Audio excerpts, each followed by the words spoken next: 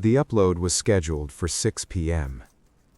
It was 5:52 p.m. when Elena realized someone else was watching the files move. She sat at the cleared dining table, the overhead light casting a pale, clinical wash across the surface, the kind of light that made everything look like evidence. Her laptop fan hummed with the low effort of a machine working quietly towards something irreversible, and the small alert in the corner of her screen was so minor that a less attentive person would have dismissed it as a background process, a system notification, something automatic and harmless. Elena had spent the last 11 days learning to dismiss nothing. She maximized the alert, read it again. An outbound scan, not hers, not her system's automated protocols, an external query, probing the file structure of the upload queue with the precision of something that knew what it was looking for. It had no visible origin signature, which meant whoever was behind it had resources that could make origins invisible, and that, more than anything else, told her the category of person she was dealing with. She had 3 choices and approximately 8 minutes to choose between them. She could abort the upload, cancel everything, retreat to a position she hadn't occupied since the beginning of this, when she was still deciding how much of herself to spend on the truth. That option cost her everything she'd built in 11 days and offered her only safety, a word that had become increasingly theoretical. She could proceed and allow the scan to observe, let whoever was watching see the upload happen in real time, see the files reach their 3 destinations, the financial publications, the regulatory body, the internal whistleblower channel, and calculate whether the exposure of the watcher would cost them more than the exposure of Meridian would cost Jin and Angela. That was a gamble with variables she hadn't fully mapped. Or she could do what she had done every time the situation had exceeded her prepared scenarios. She could adapt. She could alter the upload without stopping it, reroute the destination sequence, send decoys to 2 endpoints while the actual package traveled through a channel VCon had established 2 days ago specifically for contingencies. The kind of thing she hadn't expected to need, the kind of thing she had prepared anyway. Her hands were already moving. Her palms were cold against the keyboard. The apartment thermostat had been sitting at 68 degrees since David died, never adjusted, already running slightly cool in the February air that pressed at the windows like something that wanted in. Because grief had done something to her that she hadn't anticipated when this began. It had not made her reckless, it had not made her cold, it had made her prepared. Every night she had lain in a bed that smelled less than David than it used to, and instead of sleeping, she had built contingencies. She had mapped the failure modes. She had asked herself over and over in the silent dark, what if I'm wrong about this? What if they are ahead of me? What if the thing I haven't considered is the thing that ends this? And then she had built the answer. She typed. The reroute executed. The countdown continued. Outside, the city made its ordinary sounds. Inside, Elena sat completely still, watching the progress bar. And there was something in her expression that the room had no witness for. Something that was not quite fear and not quite certainty, but the specific state that exists between them, where a person discovers what they are actually made of. 6 minutes. The scan continued probing. She let it find what she had left for it to find. In this city, the truth is rarely clean. If you've seen enough to know you're staying for the fallout, make it official. Like, subscribe, and ring the bell. I feel every nudge. Don't forget to check in with your location below and leave your feedback on the case. Your feedback is the only thing that keeps the record straight. Now, let's return to the story. 8 days earlier, Elena had stood in David's study for 40 minutes without touching anything. She had stood in the doorway specifically because entering felt like a decision she couldn't reverse, the way stepping into a room where someone died changes the room's meaning and changes yours. She understood, rationally, that David had not died in the study. He had died in a hospital after a car accident, after 4 days in which the doctors used words she had written down and looked up and arranged into a prognosis she had read with the same methodical attention she now applied to financial documents. Rational, thorough, devastated. The study was simply where he had been most himself. The books he'd read and reread, the specific disorder of his desk that was not disorder but his own filing system. The small succulent she'd bought him 3 Christmases ago that was impossibly still alive. Its part was terracotta, worn smooth at the rim from years of his hands lifting it toward light. She had been watering it. She didn't know why. It felt like the one ongoing thing. She finally entered on the 8th day because she had a question that only his things could partially answer. The room held the ghost of his cologne, something cedar-based she had bought him annually, one of the rituals of their life together that she was not ready to name as a ritual now that the life was over.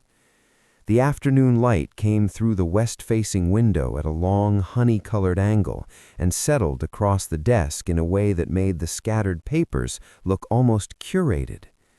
The bank statement she carried had been folded and unfolded until the creases were splitting. The account number on it belonged to David. The transactions on it did not belong to any version of David she had been allowed to know. Payments to a corporate structure called Meridian Adjacent Holdings, not Meridian itself, the entity adjacent to it, the shadow of the shadow, totaling across 14 months just over $4 million, moving in increments calibrated to stay beneath the $10,000 threshold that triggers mandatory federal reporting, the kind of financial choreography that required either specialized knowledge or specialized help. David was a financial architect by training. He had the knowledge. The question was whose help. She sat in his chair, the first time she had done this, and felt the old leather give slightly under her weight, warm from the afternoon sun that had been resting on it all day. She opened his laptop. She had the password. He'd given it to her 3 years ago with the ease of someone who either had nothing to hide or had hidden everything so well the password was irrelevant. She had thought the former. She was revising that. She found the folder in under 4 minutes, not because she was exceptional at this, she wasn't, not yet, but because David, she was learning, was not as careful as the people he worked with. He was careful enough for the surface, not for the scrutiny of someone who had decided to look at everything. The folder was labeled personal/misc. The contents were a series of encrypted files she couldn't open, but the metadata told her something the files themselves couldn't hide. Last modified 11 days before he died, last accessed 2 days after. Someone had been in this laptop after David was gone. Elena wrote the word "who" in the center of her legal pad, underlined it once, set the pen down, looked at the succulent. Its small fleshy leaves caught the last of the western light and held it like a small, stubborn fact. Picked the pen back up. She would find the answer. She was becoming, day by careful day, someone capable of finding it. This was not a comfort, it was simply a fact about what grief applied with enough pressure to enough intelligence eventually produces. Not healing, not closure, a different kind of person. She added a second word beneath the first, how, then a third, why. Then she began. Angela Kim arrived to their breakfast 11 minutes late, which Elena understood was not carelessness but calculation, the slight power assertion of the person who makes the room wait. She entered the private dining room, took a complete visual inventory of the space in under 5 seconds, chose the chair facing the door, and poured her own water before the server could reach the table. Small gestures, precise as punctuation. Elena had been watching all of this from the moment Angela walked in. She had arrived 20 minutes early specifically to be the one already present, already settled, already the geographical fact of the room that Angela had to orient to. Neither of them mentioned this. The room had the particular warmth of spaces maintained for discretion, slightly overheated, the lighting tuned low and amber, the kind of environment that softened voices and made everything feel confidential, whether it was or not. Elena had noted all of this when she arrived and found it useful now. The warmth made people sit back, uncross their arms, mistake comfort for safety. Angela placed her phone face down on the table. Elena noted it and left her own phone in her bag. She was beginning to understand that every gesture in rooms like this was a sentence. "I wasn't sure you'd come," Angela said. Her voice had the quality of something engineered, warm enough to function in human contexts, precise enough to do real damage. "I wasn't sure why you asked," Elena replied. What happened in the pause that followed was a kind of recalibration. Angela had prepared for grief or hostility or the particular vulnerability of a recent widow who had just learned her marriage was not what she'd believed to be. What she found was something quieter and more difficult to manage, a woman who had done her homework. "David wasn't honest with you," Angela said. "I'm not going to pretend otherwise." "Were you honest with him?" The question landed differently than expected. Elena could see this in the fractional delay before Angela responded. Not long, a professional fraction, but visible to someone who had spent 11 days learning to read what wasn't said. "In my way," Angela said. "I told him what he needed to know, not what he wanted to hear." What did he need to know? That the structure he'd spent 4 years building didn't belong to him. He was an architect who didn't own the land. Elena lifted her water glass, took one sip, set it down. The gesture cost her nothing and communicated perfect composure at a moment when composure was more valuable than any argument she could have made. Angela had used truth as a weapon. Elena had heard the impact, but she would not let the room see it land. "I'm not your enemy," Angela said, the first direct appeal. Elena had been waiting for it. "Everyone I've spoken to this week has told me who they aren't," Elena replied, and opened the menu. The laminated surface was cool under her fingertips, grounding in its mundanity, the normalcy of holding a menu in a room where nothing was normal. What happened next was subtle enough that Elena almost missed it. Angela looked at the menu in Elena's hands, and for exactly 2 seconds, her expression contained something that was not quite respect and not quite threat, more like reassessment, the recalculation of a person who had arrived believing they were managing a situation and has just realized the situation has additional dimensions. Elena ordered without looking up. She filed the moment and returned to it later when she was alone and added it to her document under the heading Angela Tells. There were 3 of them so far. She expected more. Jin's building required a card, a retinal scan, and a rotating daily code. Elena had been given all 3 the morning after their first meeting, a detail she'd found interesting.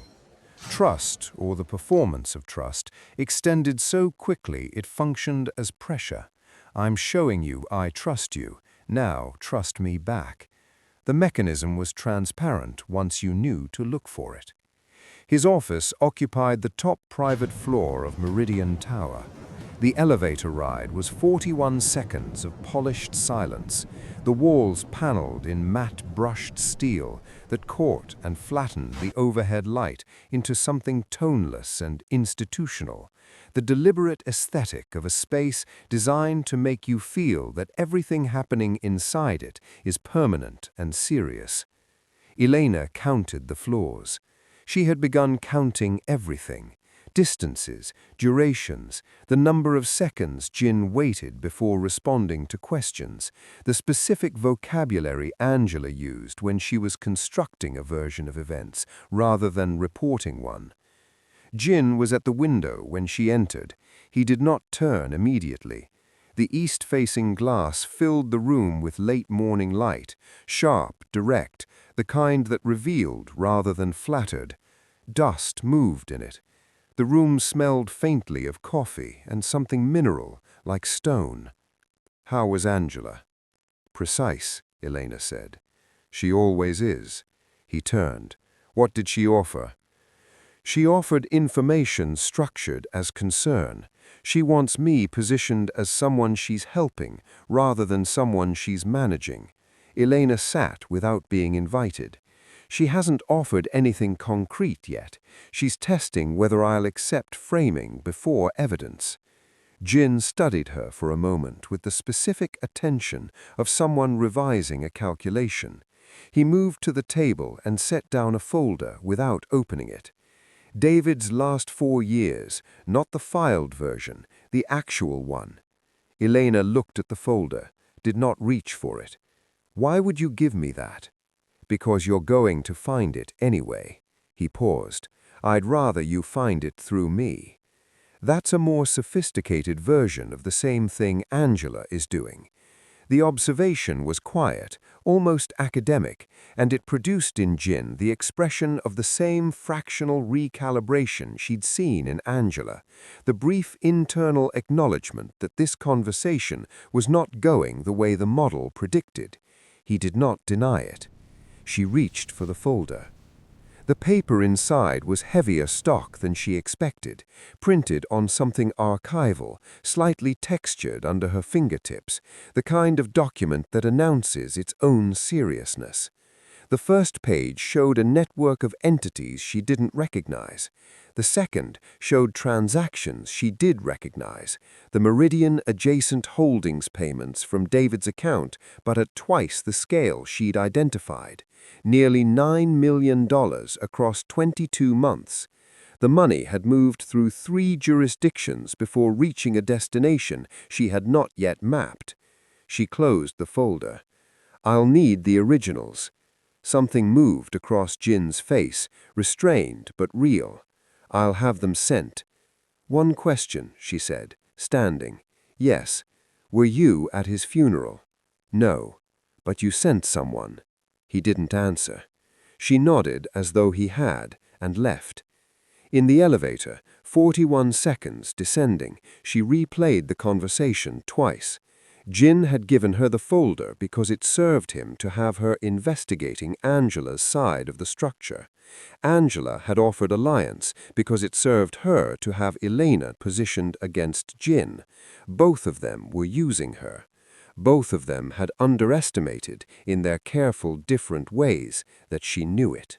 The coffee shop across from her building had a window seat she returned to every morning. The glass was slightly fogged at the edges from the cold outside pressing against the interior warmth, and the seat itself was upholstered in cracked vinyl that she had stopped noticing by day 4. She ordered the same thing each time and let it go cold each time, because the coffee was not the point. The sight line was the point. A direct view to the black SUV that had been parked outside her building since day 3. Jin's plates. She'd confirmed this through VCon in under an hour. The SUV rotated vehicles, different makes, same plates, which meant either Jin's security team was complacent about operational signatures or they were deliberately visible. Watching or being seen watching. Both served different purposes.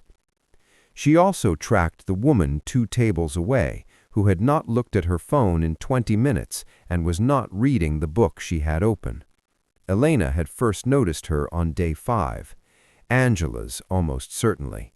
She sat differently from Jin's people, less patient, better dressed, more accustomed to rooms where watching was social rather than tactical. Her coat was expensive. Her stillness was amateur.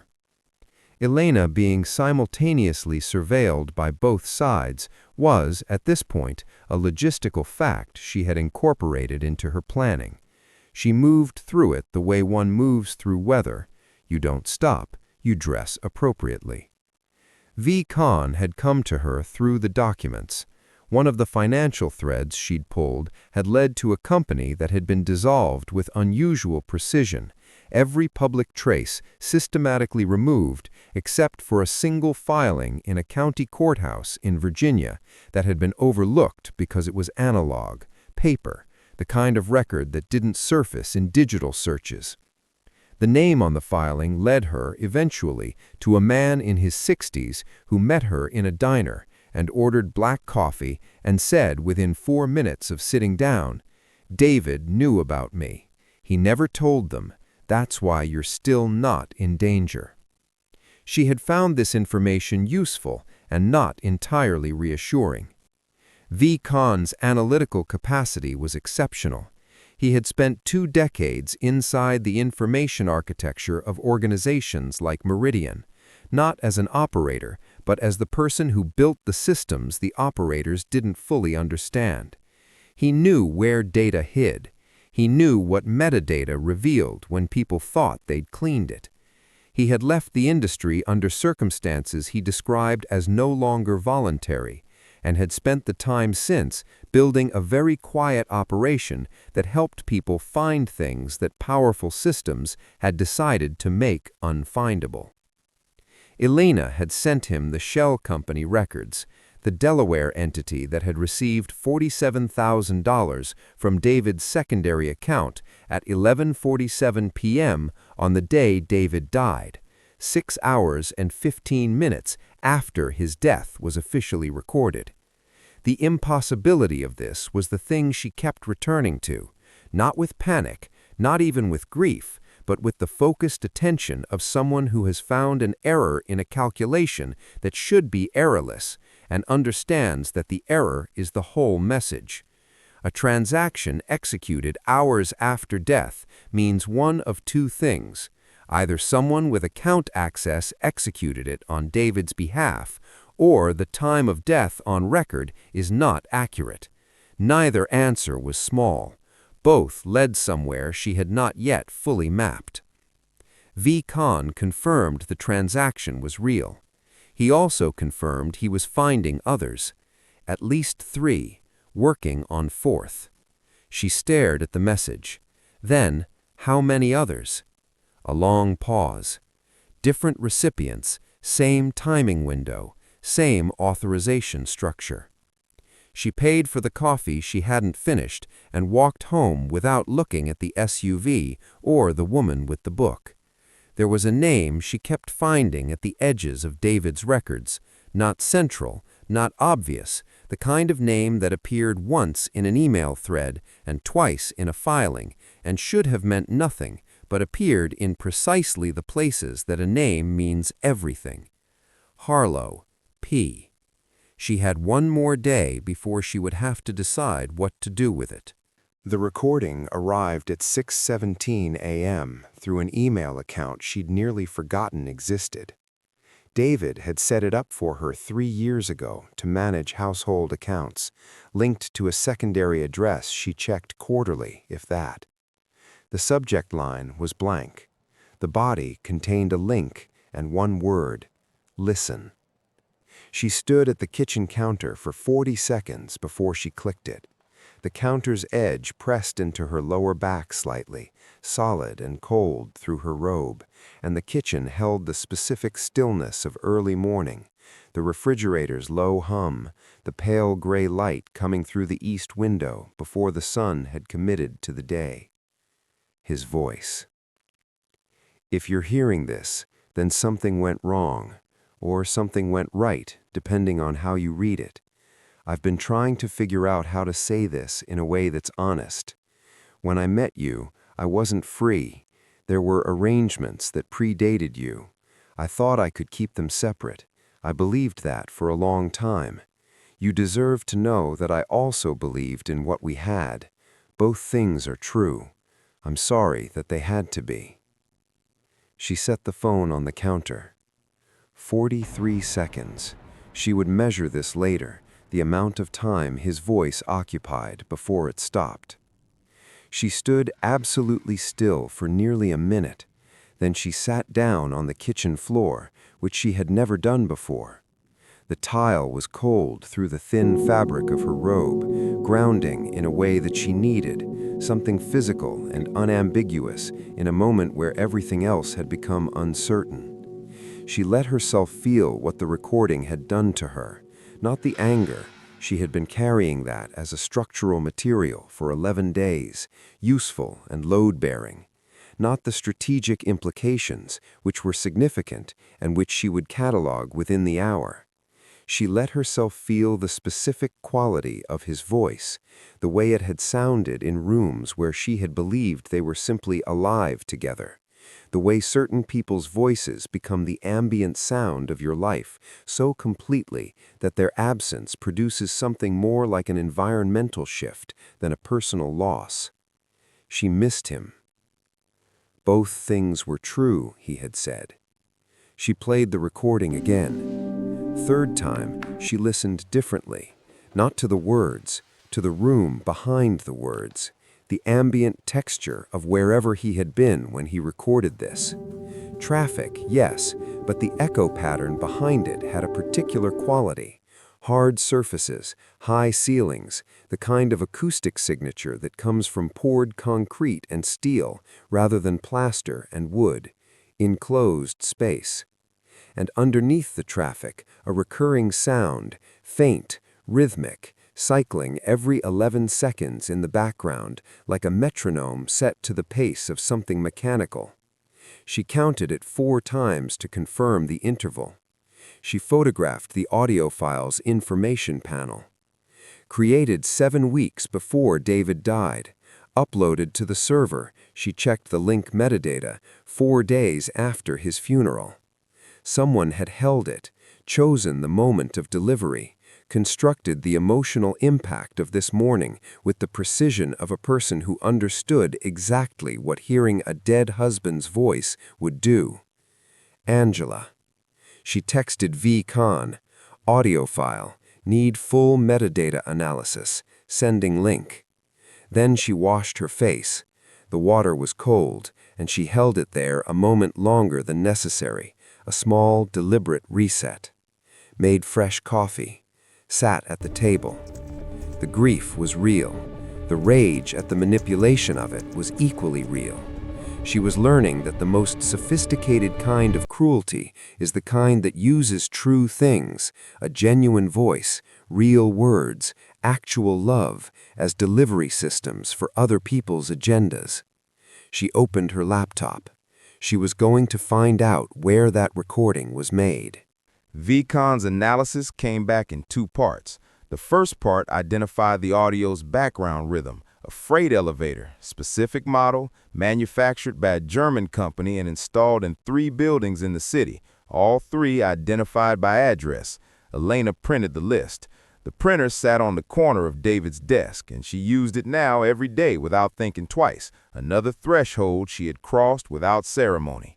She visited all 3 buildings across 2 days on unrelated pretexts, confirming the acoustic signature at each location by standing near the elevator bay and listening, counting the seconds between the mechanical chime of each cycle. At the 3rd building, she found the match within 30 seconds of walking through the lobby. The second part of VCon's analysis was the one that reconfigured everything. The audio file's routing metadata, the server path it had traveled before reaching the delivery link, had passed through an internal relay node. The node was not publicly attributed. VCon had traced it through 4 layers of proxy architecture to a server cluster registered to a real estate holding company in Luxembourg. The Luxembourg company was wholly owned by a Singapore entity. The Singapore entity was a joint venture between 2 financial groups, one of which, if Elena followed the ownership chain far enough and had the right documents, resolved to a structure adjacent to Meridian Holdings. The recording David made had been stored in Meridian's infrastructure, not Jen's personal system, not Angela's network, Meridian itself. which meant whoever delivered the recording to Elena this morning either did so from within Meridian's infrastructure, someone with internal access, or had obtained access to that infrastructure from the outside. Neither option was small. She sat with this for a long time. Then she went to see Jen. She arrived at Meridian Tower looking undone. It was not performance in the theatrical sense. The discovery had genuinely shaken her, and she had let it show in the small ways she usually controlled. The set of her shoulders, the slightly longer pause before she spoke. The lobby air hit her when she entered, climate controlled to exactly the temperature that makes people feel the building is taking care of them, and she moved through it with the deliberate effort of someone choosing to appear less composed than they are. "Angela sent me a recording," she said. She showed him the email. Just the email, not the audio, not VCon's analysis. "She's escalating," Jen said. It was David's voice. He recorded something before he died. Jen was very still, the kind of stillness that is a decision. "Did you know about it?" "No." The word came one beat too quickly. Elena watched his face. "He said he wasn't free when we met, that there were arrangements that predated me." She let this settle. "I think you know what those were. Miriam, Elena, don't tell me what I can handle." The room held this between them for a moment. Outside the glass, 40 floors below, the city moved in miniature, ordinary and indifferent, unaware of what was being arranged above it. Jen moved toward the window. When he turned back, something in his posture had shifted. Not surrender, but the strategic concession of someone choosing what to offer before it gets taken. David was part of a structure before he came to Meridian, before Angela. There were people involved in the original architecture who are no longer visible. "Harlow," she said. The name landed exactly as she'd predicted. Jen's expression went somewhere very contained and very precise. "How do you know that name?" "David's email, 18 months ago." She let the simplicity of it sit there. "You said you wanted my participation, so participate." Another silence, longer. "Harlow was the original architect of Meridian's financial structure. He disappeared 4 years ago. David was the last person known to have a documented meeting with him. And after David died, a transaction occurred from an account I didn't know he held, $47,000, to a Delaware shell, under an authorization signature that isn't yours and isn't Angela's." Jen was looking at her with the particular regard of someone who has substantially revised their model of the situation and is not comfortable with the new version. "I'll need 3 days, Elena said. "Angela won't wait 3 days. She picked up her bag. "I'm not asking Angela." She walked out. In the elevator, 41 seconds descending, she added one item to her notes. "David's recording stored in Meridian infrastructure. Jen didn't know I knew." His tell, the pause before no. He knew about Harlow's continued operation. He chose not to tell me. She updated the column on her legal pad labeled Jen, withheld. It was getting longer. Jen confronted her on the second day. She had returned to the tower for a document transfer, originals, as she'd requested, delivered by courier to the private meeting room Jen maintained on the 32nd floor for conversations that didn't go in the official record. The room was smaller than his office, warmer, the ventilation slightly insufficient, the kind of space designed for short, purposeful interactions. She had laid the documents across the table and was reviewing them when he entered and closed the door. He stood across the table with the particular stillness he employed when something required more precision than warmth. "The night of the recording," he said, "where were you between 11 p.m. and 2 a.m.? It was not what she expected.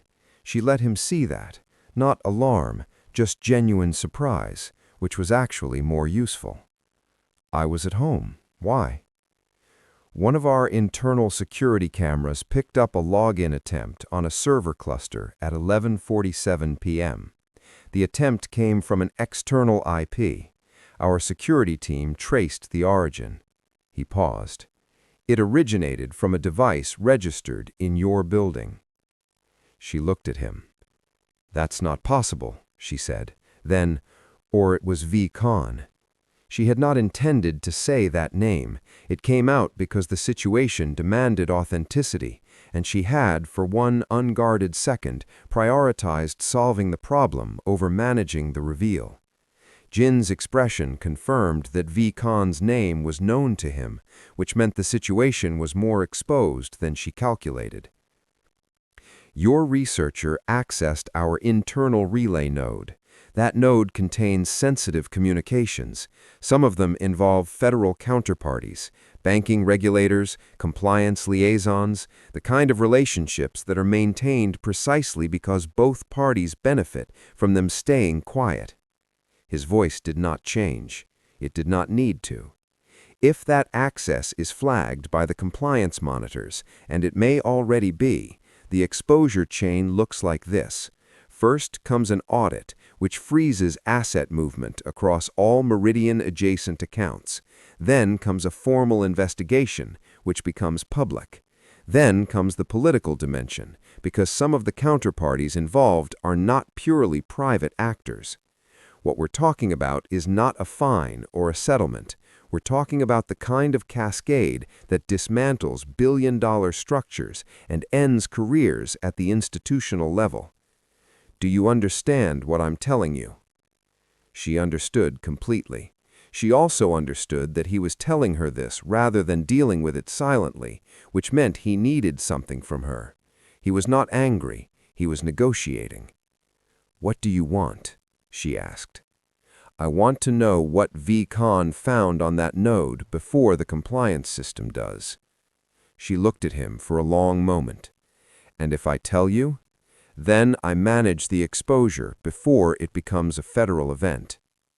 She thought about the second part of V. Khan's analysis, the audio files routing, the Meridian infrastructure, the things Jin either knew or was performing not knowing. The recording David made was stored on that node. The silence that followed was different from the previous silences in this room, deeper, more structurally significant. "Then I need to know everything V. Khan found." His voice was the same, controlled, minimal, but something beneath it had changed. She told him enough, not everything. Enough to answer his operational question, and enough to demonstrate she was managing the exposure responsibly, while retaining the specific item, the authorization signature on the post-death transaction, which she had not yet placed on any table. She left with more than she arrived. That, she was learning, was the correct measure of any conversation. Climactic intelligence showdown. The confrontation took place in a property technically owned by a neutral third-party firm, a boutique legal services company that both Angela and Jin had used, registered to an address in the financial district, available for private client meetings. Elena had called in a favor through V. Khan to access the space for 3 hours. She had arrived 90 minutes early. The room had high ceilings and pale walls, and the afternoon light came through frosted glass panels along the upper register, diffused, directionless, the kind of light that flattened shadows and made everyone look equally exposed. Elena had noted this and chosen her seat accordingly, back to the wall, facing the door, the light falling neither on her directly nor behind her. She placed her phone on the table face down. It was recording. It would upload automatically to V. Khan's cloud every 6 minutes. She had told neither Angela nor Jin about the recording. She had told each of them something designed to ensure they would both arrive. She told Jin she'd found evidence implicating Angela in the post-death transaction authorization. She told Angela she'd found evidence implicating Jin in the recording's delivery. Both statements were true. Both were incomplete. This was becoming her signature method, true information strategically portioned. Angela arrived first. Jin came 7 minutes later. The moment he saw Angela, his stride produced that fractional pause Elena had cataloged twice now. They sat. The three of them formed a triangle at the table, their combined presence filling the room with a particular tension, the specific atmospheric pressure of three people who know they are all hiding something. Elena opened the folder. Financial records. The full transaction architecture of the post-death payments, the shell company network, the satellite imagery of the Maryland property, the freight elevator analysis, and one additional document she had not shown either of them before. The authorization signature, P. Harlow. The moment she slid it to the center of the table, the paper making a dry, papery sound against the polished surface, both Angela and Jin produced the same reaction, genuine surprise, the kind that arrives before composure can be applied. Two faces, simultaneously stripped of their professional management.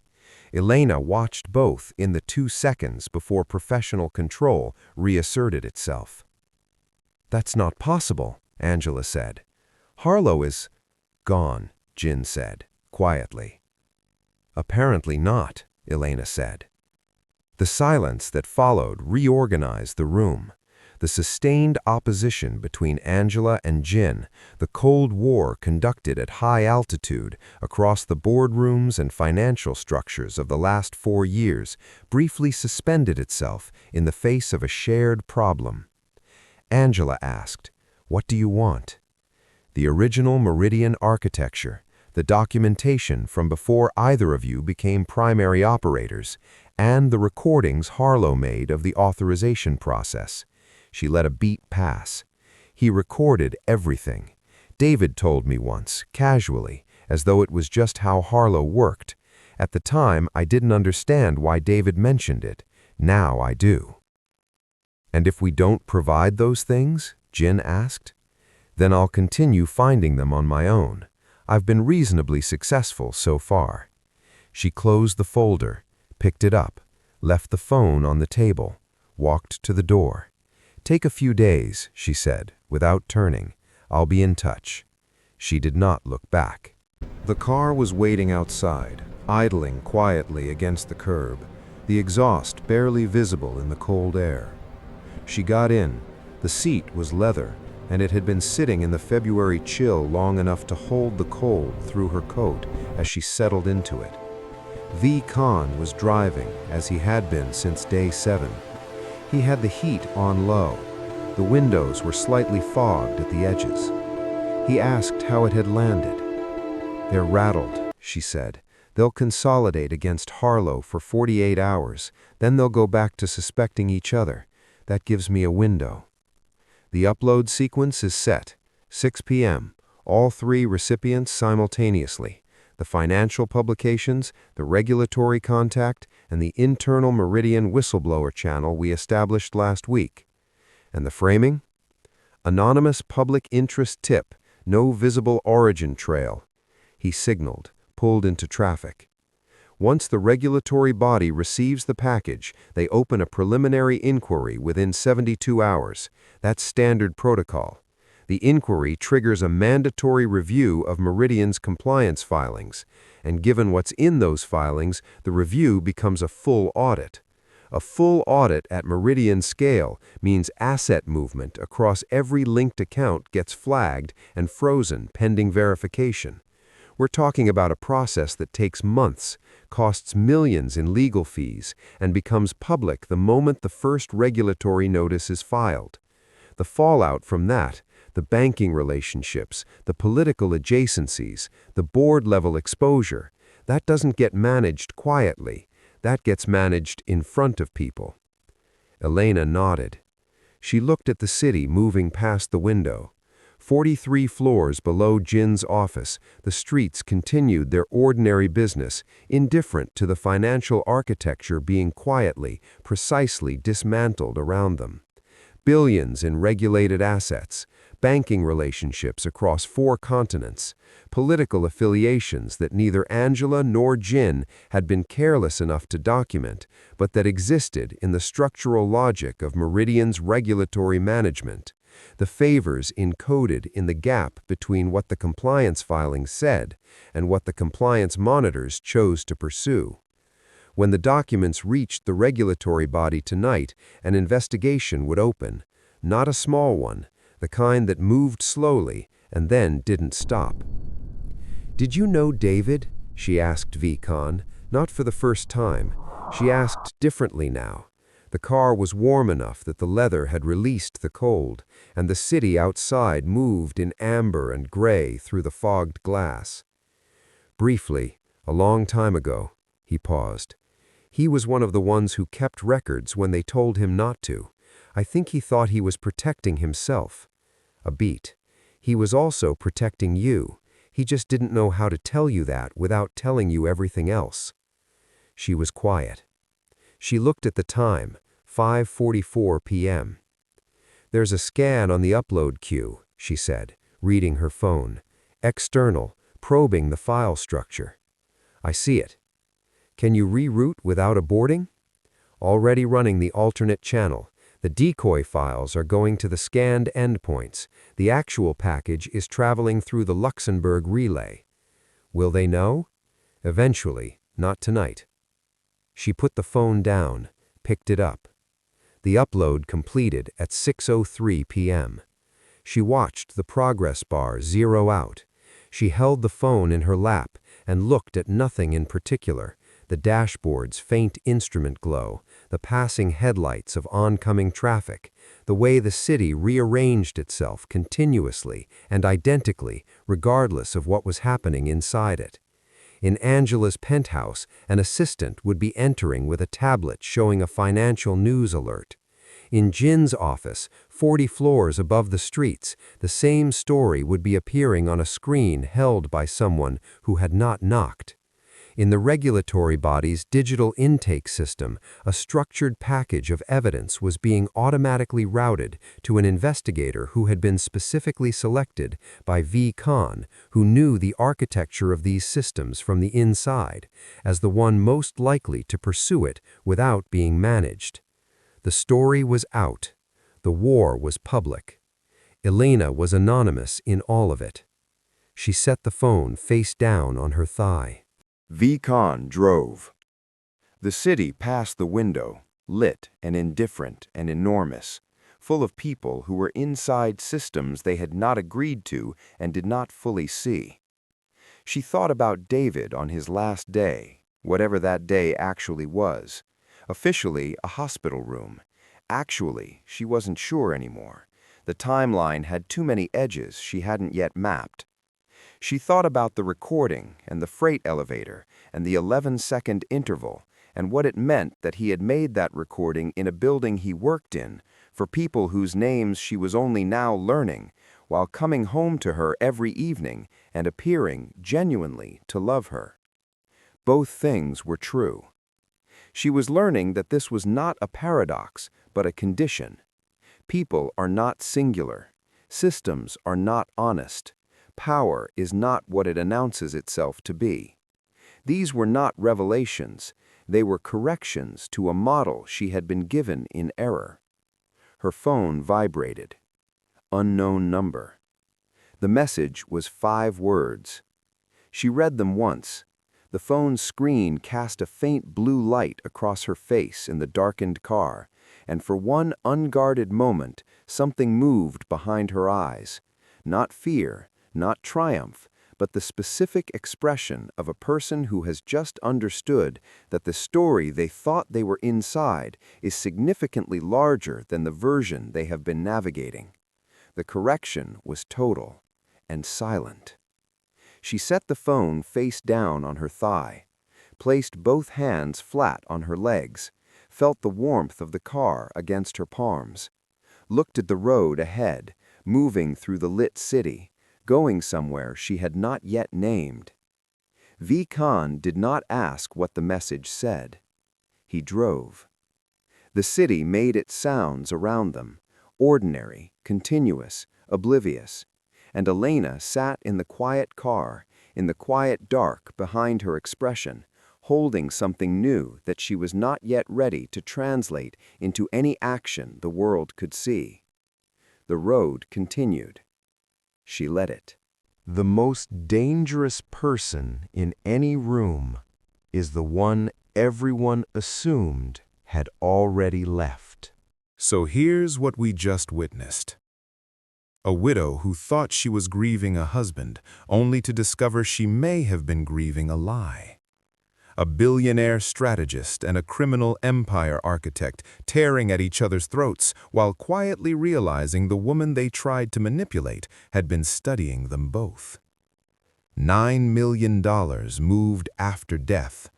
An internal relay node inside Meridian's infrastructure. A forged authorization signature under Peter Harlow's name. A war that went public, and a leak that neither Angela nor Jin initiated. Elena didn't choose a side. She destabilized the board. But here's the part that should keep you up tonight. If David wasn't fully loyal to Angela, and wasn't fully transparent with Jin, and wasn't fully honest with Elena, then who was he really building with? Because that final message wasn't a threat, it was confirmation. You were never the final move. Which means someone higher is watching. Someone who knew about the transfers. Someone who allowed the leak. Someone who benefited from the exposure. And if Elena just exposed two titans, then she just made herself visible to something far more dangerous. So here's the real question. Was Elena avenging her husband, or stepping into the role he was preparing her for? If you think Elena is the mastermind, comment, "She was always in control."